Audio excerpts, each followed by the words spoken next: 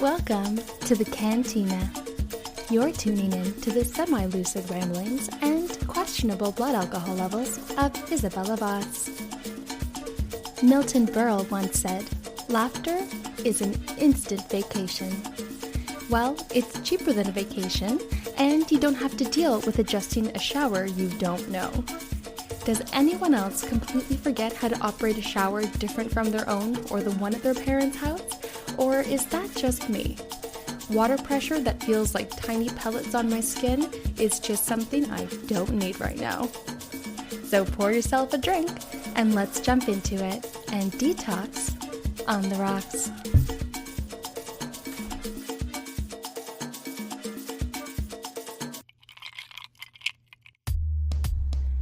You know those days when you feel too dumb to own a houseplant? Maybe you accidentally sent a dirty text to your dad, or wondered why it's taking so long for the pasta water to boil, and then you realize you never turned the burner on. Well, you're about to feel a lot better. Here's a short story about a 54-year-old Toronto man who is his worst enemy, in the worst selfie ever. Gary Lamb allegedly broke into a commercial property in Toronto. Nothing too crazy about that. Not great, but not the strangest thing in the world. What he decided to do next was have a snack. The police know this because they found the leftover food scraps. He then decided to take a selfie via photocopier that was in the building. Yep, he took a picture of his own face. And it's a pretty clear picture from a photocopier that I can see here is maybe not the cutest shot. The police put out the photo of Gary that he was so kind to provide, and he was arrested on different charges thanks to a tip from the public.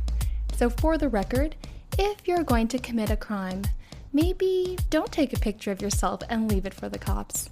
This is one selfie he definitely should have hit delete.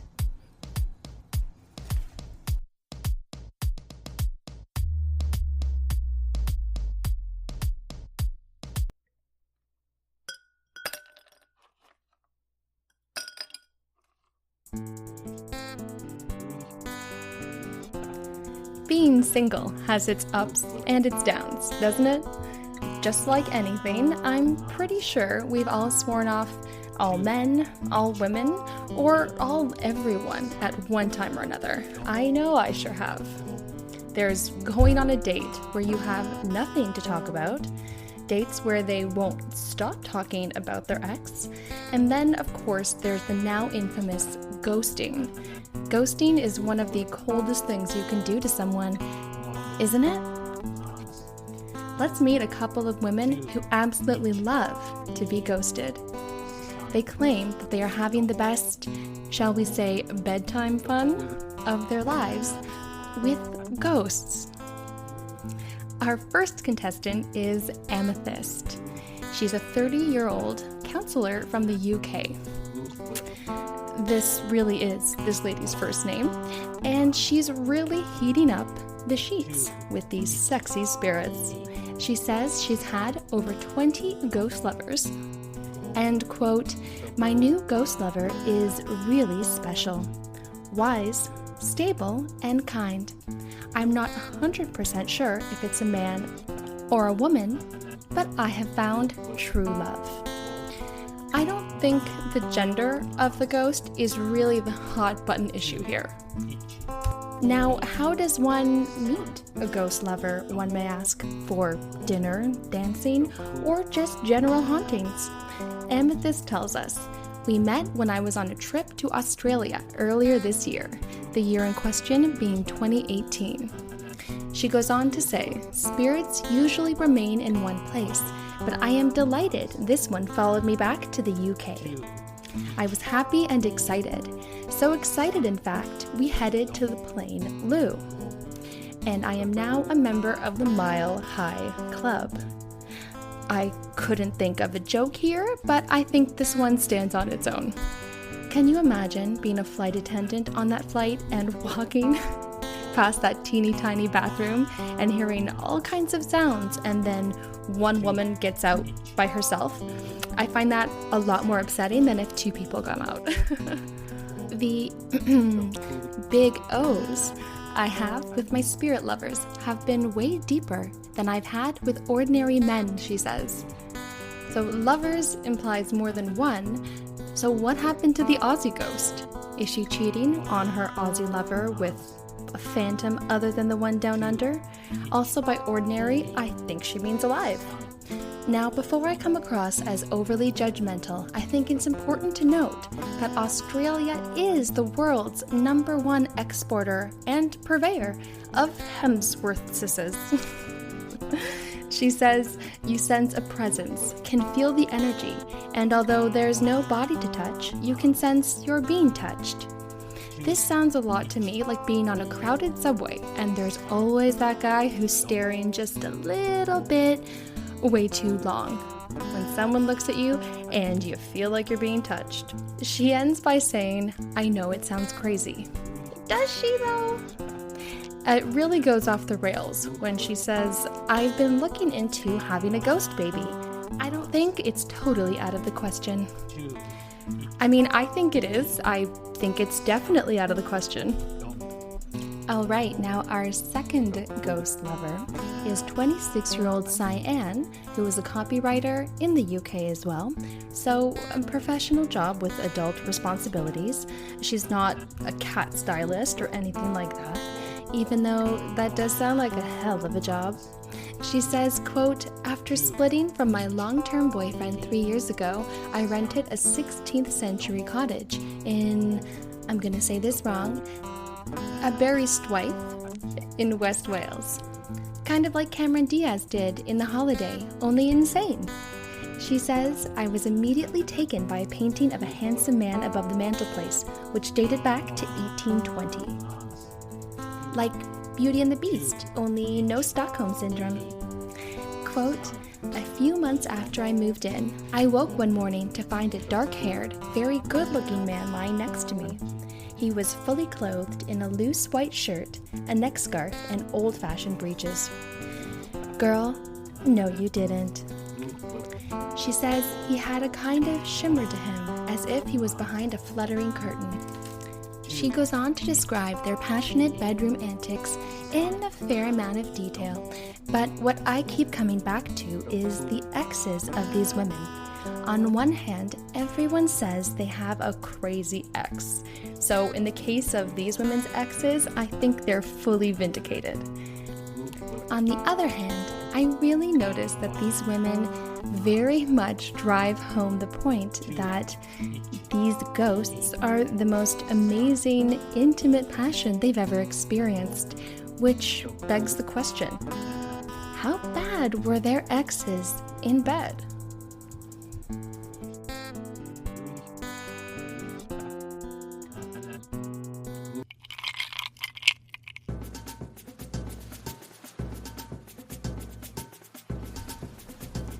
Alright, now let's play a game.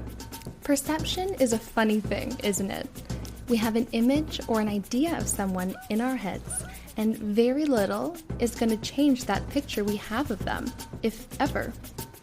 This game is called Guess Who, and I'm going to give you 10 facts of a public figure who most, if not all of us, are familiar with.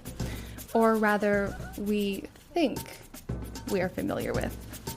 At the end, we'll see if you guessed who I'm describing correctly. Ready? 1. They began dancing at the age of 5. 2. Their parents were Nazi sympathizers. Yikes. 3. They had a pet baby deer they met at work and soon became their sidekick. The deer was named Pippin and would follow them to the supermarket. 5. They became such an amazing ballet dancer, they would secretly perform for groups to raise money for the Dutch resistance. 6. Breed of tulip was named after them. 7. They retired from a wildly successful career to become a goodwill ambassador for UNICEF and worked in the field nursing sick children, visited polio vaccine project in Turkey, traveled to Africa, Central America, and worldwide. 8. They were inducted to the International Best Dress List Hall of Fame. Any ideas?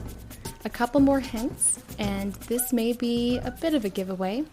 9, they would have been 91 this year. And finally 10, this is going to give it away. The acting role they are best remembered for is Breakfast at Tiffany's, which was originally intended for Marilyn Monroe. Did you get it? That's right, the elegant, the incomparable, and the all-round badass, Audrey Hepburn. That's right. You may know her from images of the iconic black dress with the oversized sunglasses, the tiny tiara, the layers and layers of strands of pearls, the black gloves. Maybe she's holding one of those long cigarette holders. That's her. Perception is a funny thing, isn't it?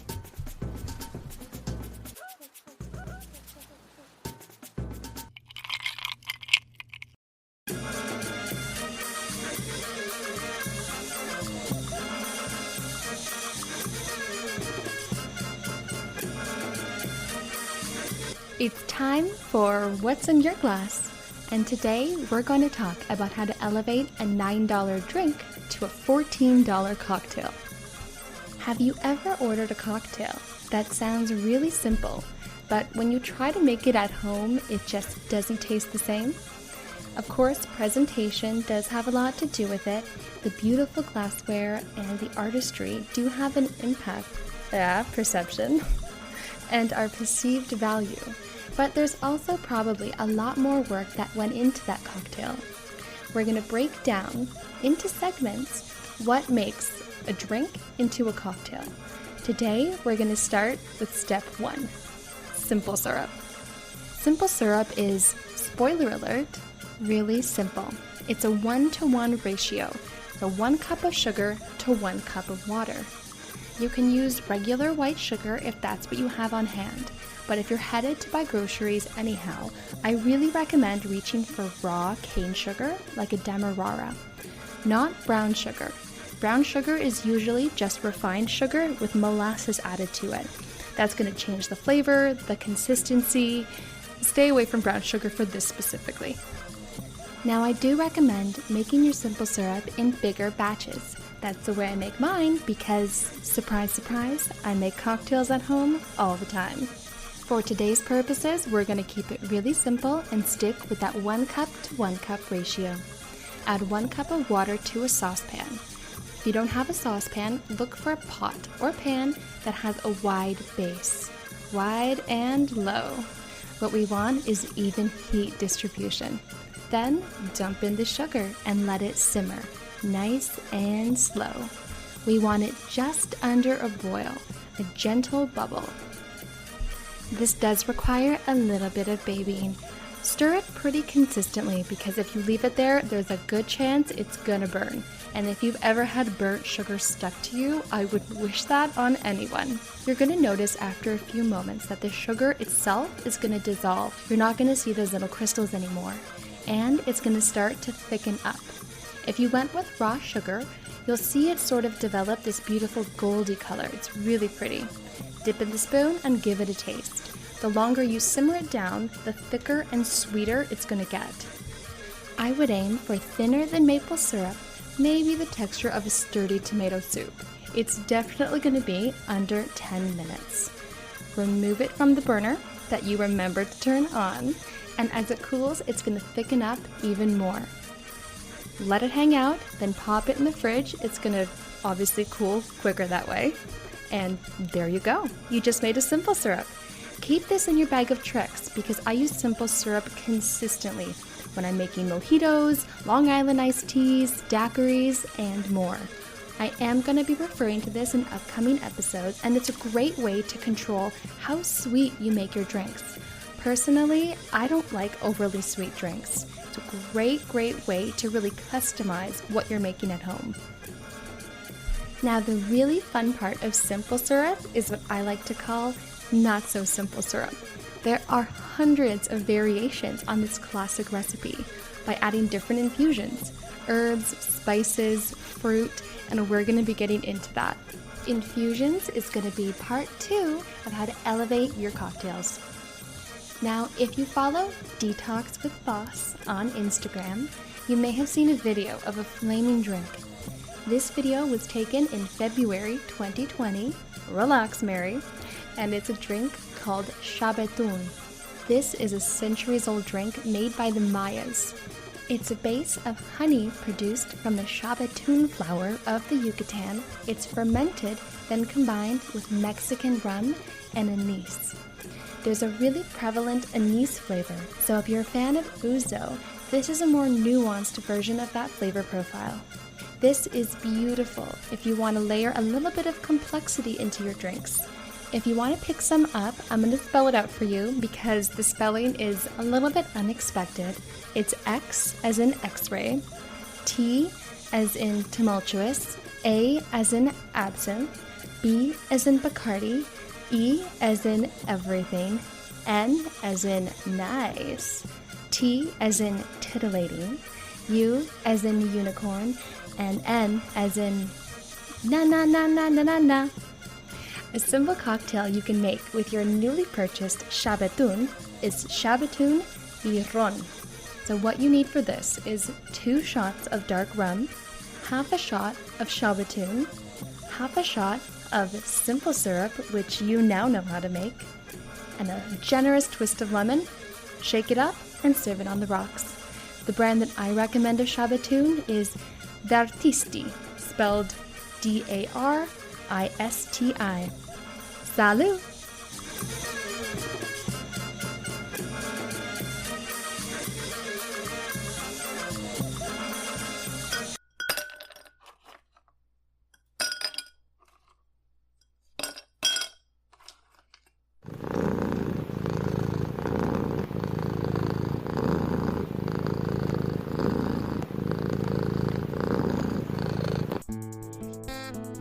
Is there any more comforting sound in the world than a cat's purr? Oh, well, I know. But there is a scientific reason as to why a cat's purr is so comforting. Clinical research by Dr. Clinton Rubens shows that the bones and soft tissues heal more effectively when exposed to frequencies between 20 and 50 hertz. A cat's purr just happens to be between 25 and 50 hertz. Research specialist and bioacoustic specialist Elizabeth von Maganthalers, I'd like to apologize for butchering your name.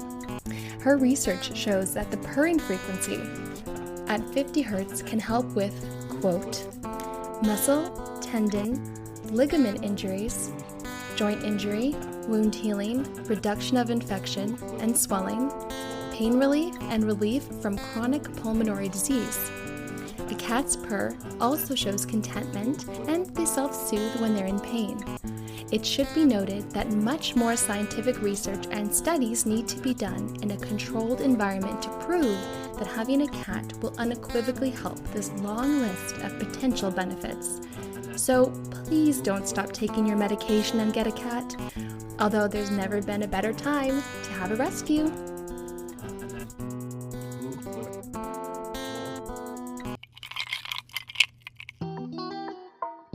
This episode has been brought to you by Insomnia. Whether you are obsessing over an argument you had with your passive-aggressive sister-in-law 3 months ago, trying to remember the lyrics to Uptown Girl, or simply being mentally crushed by reality, stay up until 3 a.m. eating old crackers you found at the back of the pantry. Try Insomnia.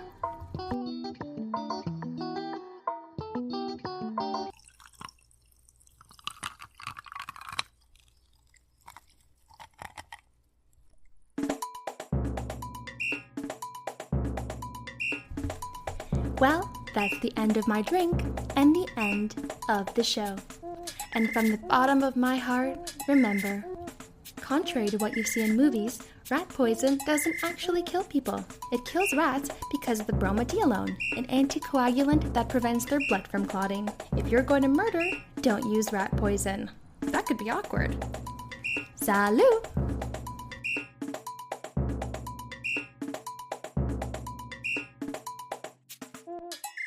This has been a Cat Flap production.